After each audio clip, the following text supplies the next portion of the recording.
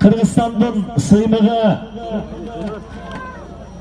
elden jurttun sүйбөнчүлүгүнө ээ болгон баарыңыздарга белгилүү болгон көкбөрүдө орду аябагандай чоң Кыргызстанды дүйнөгө тааныткан жигиттерибиздин бири десем жаңылышпайм. Себеби Манас Ниязовго коңшу өлкөлөр эмес Америка суктанып келет. Буну баарыңыздар жакшы билесиздер.